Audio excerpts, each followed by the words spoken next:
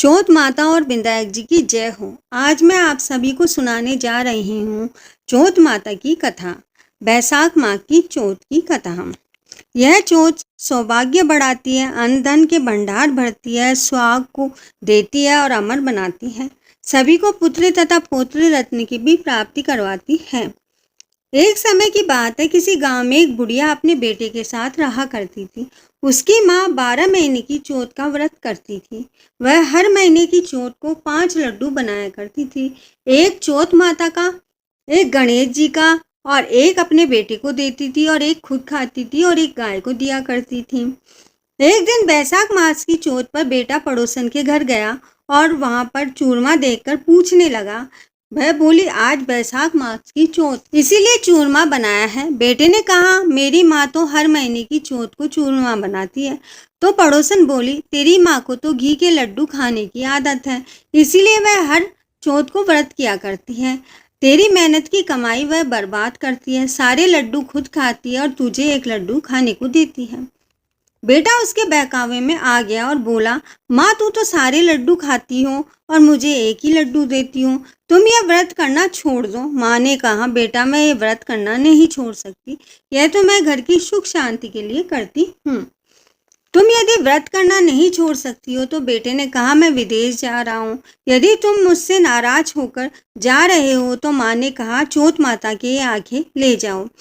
यदि तुम पर कोई संकट आए तो ये आंखें वहां पर डालकर बैठ जाना और चौथ माता और विनायक जी का नाम लेना, सारा संकट दूर हो जाएगा। बेटा आंखों को लेकर चला गया। रास्ते में उसे खून की एक नदी मिली।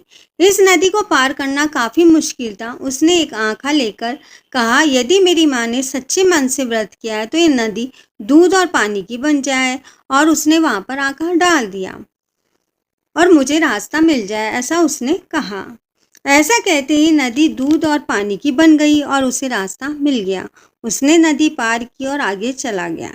एक शेर उसे मिला। उसने फिर से एक आंखा लिया और शेर की तरफ फेंक दिया और माता जी का और विनायक जी का नाम लिया। तो शेर भी भयानक जंगल से दूर चला गया। आगे वह गया तो एक नगर में राजा के यहाँ रोज एक मिट्टी के बर्तन में अलाव पकता था। यह अलाव जब पकता था, यह तैयार होता था जब एक आदमी की बलि दी जाती थी। एक आदमी बर्तन के साथ चुन दिया जाता था। बेटे ने देखा कि एक बुढ़िया आटा पीसती जा रही है और रोती जा रही है। इस कारण उसने उससे पूछा कि माँ आप क्यों रो रही हो। तो बुढ़िया ने कहा, मेरे इकलौते बेटे की बारी आज है। तब लड़का बोला, माँ मुझे जल्दी से खाना खिला दो। मैं बुढ़िया ने उसे काफ़ी मना किया, वह नहीं माना और उसे बुढ़िया ने खाना खिला दिया। इतने में ही राजा के दूत आ गए और उसे लेकर चले गए। वह वहां पर चौथ माता की आंखें और पानी का लोटा लेकर चला गया और बैठ गया। जब अलाव पककर तैयार हो गया तो बच्चे खेल रहे थे। आवाज आई, धीरे धीरे से उतारो, अंदर मैं हूँ। लोगों ने आश्चर्य से कहा और राजा को जाकर ये सारी बात बता दी।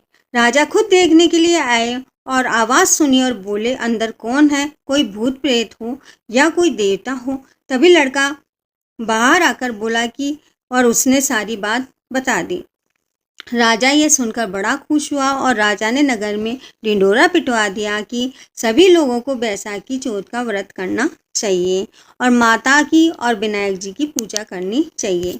यदि लोगों से 12 महीने की नहीं हो तो 4 महीने की करें और 4 नहीं हो तो 2 चौथ का व्रत हमेशा करें।